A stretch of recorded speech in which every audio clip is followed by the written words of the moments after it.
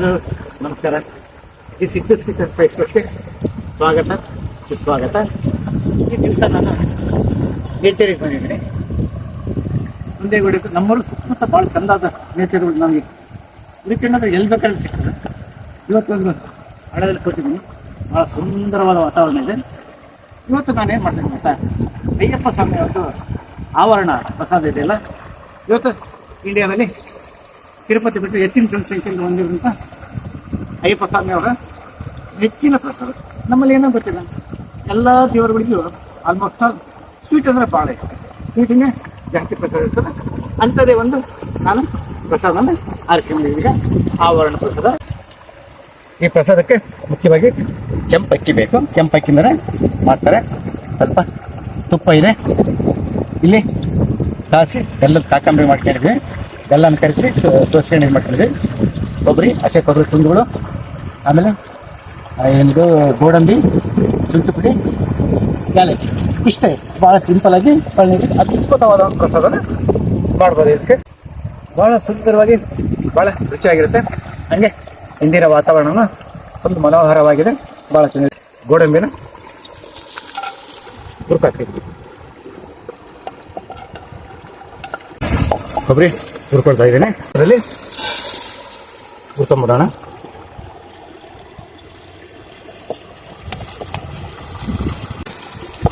ತಮಿಳ್ನಾಗ ಏನು ಹೇಳ್ತಾರೆ ಗೊತ್ತಾ, ಅಕ್ಕಿ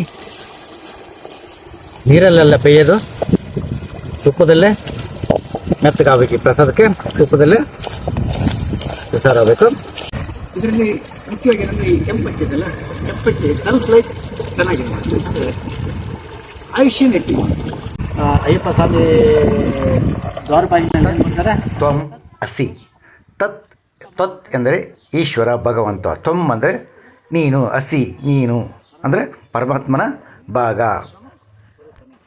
ಅಸಿ ಎಂದರೆ ಸಂಸ್ಕೃತದಲ್ಲಿ ನೀನು. ಎಲ್ಲ ಜೀವಿಗಳು ಪರಬ್ರಹ್ಮನ ಭಾಗ, ಸ್ವಯಂ ಸಾಕ್ಷಾತ್.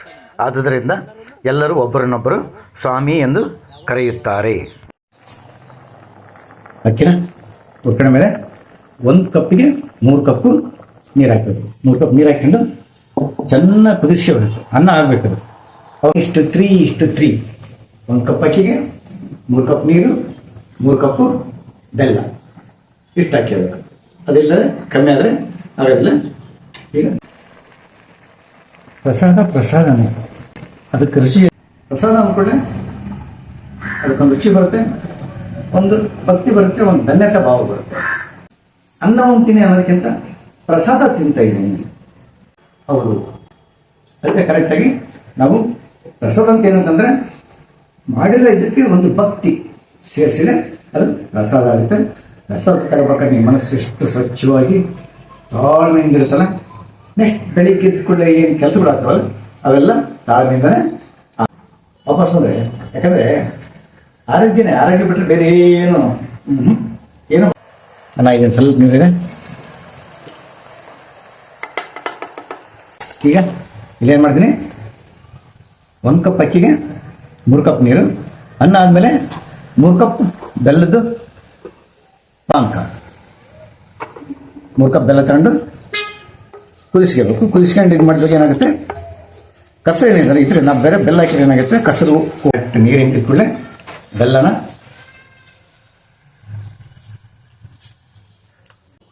ನೋಡಿ ಹೆಂಗೆ ಟ್ರಾನ್ಸ್ಫರ್ ಆಯಿತು ಅಡುಗೆ. ಈಗ ಸ್ವಲ್ಪ ಏಲಕ್ಕಿ ಪುಡಿ ಕಣೆ, ಏಲಕ್ಕಿ ಪುಡಿ ಇದಕ್ಕೆ ಒಳ್ಳೆ ಟೇಸ್ಟ್ ಕೊಡುತ್ತೆ. ಸಾರಿ, ಒಣಶುಂಠಿ ಪುಡಿ ಸ್ವಲ್ಪ ಚಿಟಿಕೆ ಏಲಕ್ಕಿ ಪುಡಿ, ಶುಂಠಿ ಪುಡಿ ಜಾಸ್ತಿ ಕೊಡಿ, ಒಳ್ಳೆ ಟೇಸ್ಟ್ ಬರುತ್ತೆ. ಎಲ್ಲ ಶುಂಠಿ ಒಂದೊಳ್ಳೆ ಕಾಂಬಿನೇಷನ್. ನಾವು ಚಿಕ್ಕ ಕೊಡಿರ್ತಾರೆ ಕೆಮ್ಮಾದರೆ ಶುಂಠಿನ ಬೆಲ್ದಾಗ ಕುಟ್ಟಿ ತಿನ್ನಕ್ಕೆ ಕೊಡ್ತಾಯಿದ್ರು. ಗಾಯ ಏನು ಮಾಡುತ್ತೆ, ಬರ್ತಾ ಗಟ್ಟಿ ಆಗ್ಬಿಡುತ್ತೆ. ಅವಾಗ ಇದು ಮಾಡೋಕ್ಕಾಗಲ್ಲ. ಇವಾಗಲೇ ಕರ್ಕೊಂಡಿದ್ದು ಕೊಬ್ಬರಿ, ಗೋಡಂಬಿನ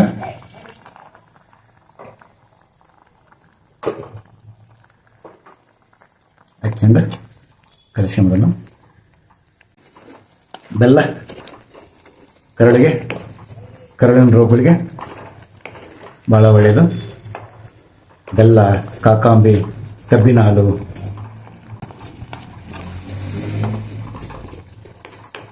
ಈ ಕೆಂಪಕ್ಕಿ ಹಿಡಿದ ಮನುಷ್ಯನ ಆಯುಷ್ಯನ ಹೆಚ್ಚು ಮಾಡೋದ್ರಲ್ಲೇ ಗಟ್ಟಿನೂ ಮನುಷ್ಯ ಗಟ್ಟಿ ಬರ್ತಾರೆ. ಹೆಂಗೆ ನಮಗೆ ಡಾಕ್ಟ್ರುಗಳಿಗೆ ನಾವು ಡಾಕ್ಟ್ರ್ ಹತ್ರ ಹೋದಾಗ 8-10 ಗುಳಿಗೆ ಬೇರೆ ಬೇರೆ ಗುಳಿಗೆ ಕಾಂಬಿನೇಷನ್ ಆಗಿ ಬರ್ಕೊಡ್ತಾರಲ್ಲ ಒಂದು ರೋಗಕ್ಕೆ, ಹಂಗೆ ನಮ್ಮಲ್ಲಿ ಪ್ರಸಾದನ ಎಲ್ಲ ಒಂದೊಂದು ರೋಗಕ್ಕೆ ಒಂದೊಂದು ಮಾಡ್ಕೊಂಡು ಒಂದು ಹದವಾದ ಅಡುಗೆ ಮಾಡಿ ತಿನ್ನೋಕ್ಕೂ ಸೊಗಸಿರಬೇಕು, ರೋಗಗಳು ದೂರ ಆಗಬೇಕು, ಭಕ್ತಿಯಿಂದ ಮನಸ್ಸು ಸ್ವಚ್ಛ ಆದರೆ ಪ್ರಸಾದದಿಂದ ದೇಹ ಸ್ವಚ್ಛ ಆಗುತ್ತೆ. ಅವು ಇವು ತಿಂದಾಗ ಏನಾಗುತ್ತೆ, ನಮ್ಮ ಬಾಡಿಯಲ್ಲಿ ವಿಷ ಉತ್ಪತ್ತಿ ಆಗುತ್ತೆ, ಅದು ನಾನಾ ರೋಗಗಳಿಗೆ ಎಡೆ ಮಾಡಿಕೊಡುತ್ತೆ. ಅದನ್ನೆಲ್ಲ ನೋಡಿ ಪ್ರಸಾದ ಮಾಡಿ ಅದನ್ನು ಆಹಾರ ರೂಪದಲ್ಲಿ ಎಲ್ಲರಿಗೂ ಸಿಗಂಗೆ ಮಾಡಿದ್ವಿ. ಭಕ್ತಿ ಮನುಷ್ಯನ ಮನಸ್ಸನ್ನ ಸ್ವಚ್ಛ ಮಾಡುತ್ತೆ, ಪ್ರಸಾದ ದೇಹನ ಸ್ವಚ್ಛ ಮಾಡುತ್ತೆ. ಎರಡು ನಮ್ಮ ಕೈಲೇ ಇದ್ದಾವೆ. 5 ನಿಮಿಷ ಕೆಲಸಗಳು ಅಷ್ಟೇ. ಏನಿತ್ತು ನಡೀತದೆ ಪೂಜೆ, ಭಾವ ನಮ್ಮ ಮನಸ್ಸಿನಾಗ ಏನಿರ್ತಲ್ಲ ಆ ಭಾವ ಇಂಪಾರ್ಟೆಂಟ್. ಹಿಂಗೆ ನೋಡಿ ಯಾವ ಹದದಿಂದ ಯಾವುದಕ್ಕೆ ಬಂತಿಗೆ ನಮ್ಮ ಪ್ರಸಾದ ನೋಡಿ. ಅದು ಕಲರ್ ಹೆಂಗೆ ಬಂದಿದೆ ನೋಡಿ, ಹೆಂಗಿದ್ದ ಕಲರ್ ಹೆಂಗೆ ಇಷ್ಟದು ಜೇನುತುಪ್ಪದ ಕಲರ್ ಒಂಥರ ಕಣ್ಣಿಗೆ ಅಟ್ರಾಕ್ಷನ್ ಆಗ್ತಾಯಿದೆ. ನೋಡ್ತಾ ಇದ್ರೆ ಕಣ್ಣಿಗೆ ಅಟ್ರಾಕ್ಷನ್ ಆಗ್ತಾಯಿದೆ ನೋಡಿ ಹೇಗಿತ್ತು ಕಲರ್ ಅಂತೂ ಎಷ್ಟು ಕಣ್ಣು ಕುಗ್ತಾ ಇದೆ ಅಂದರೆ ಪ್ರಸಾದ ಮಾಡೋ ಸ್ಟೈಲೇ ಬೇರೆ, ಅದರ ಗಮ್ಮತ್ತೇ ಬೇರೆ, ಅದರ ಇದನ್ನೇ ಬೇರೆ ನೋಡಿ. ಅದಕ್ಕೊಂದು ತುಳಸಿದ್ದಾಳೆ ಇಟ್ಟರೆ ಕಣ್ಣಿಗೆ ಒತ್ತಿಗೆ ಬೇಕು. ಹೌದಪ್ಪ ಪ್ರಸಾದ, ಇದು ಪ್ರಸಾದ. ಪ್ರಸಾದ ನಾವು ಮನೇಲಿ ಮಾಡ್ಕೋಬೋದು, ಅದು ಗುಡಿನೇ ತಿಂದಲ್ಲ.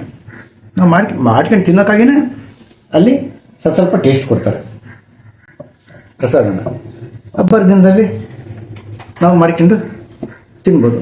ಹಬ್ಬ ಹರಿದಿನ ಇಲ್ಲ ಅಂತಲ್ಲ, ನಮಗೆ ಬೇಕಾಯ್ತು ಪ್ರಸಾದ ಅಂದರೆ ಒಂದು ಯಾವ್ದನ್ನ ಪೂಜೆ ಮಾಡಿ ಪ್ರಸಾದ ಮಾಡ್ಕೊಂಡು ತಿನ್ನೋದು. ನೋಡಿ ಹೆಂಗಿದೆ ಕಲರ್, ಹೇಗಿದೆ, ಹೆಂಗೆ ಬಂದಿದೆ.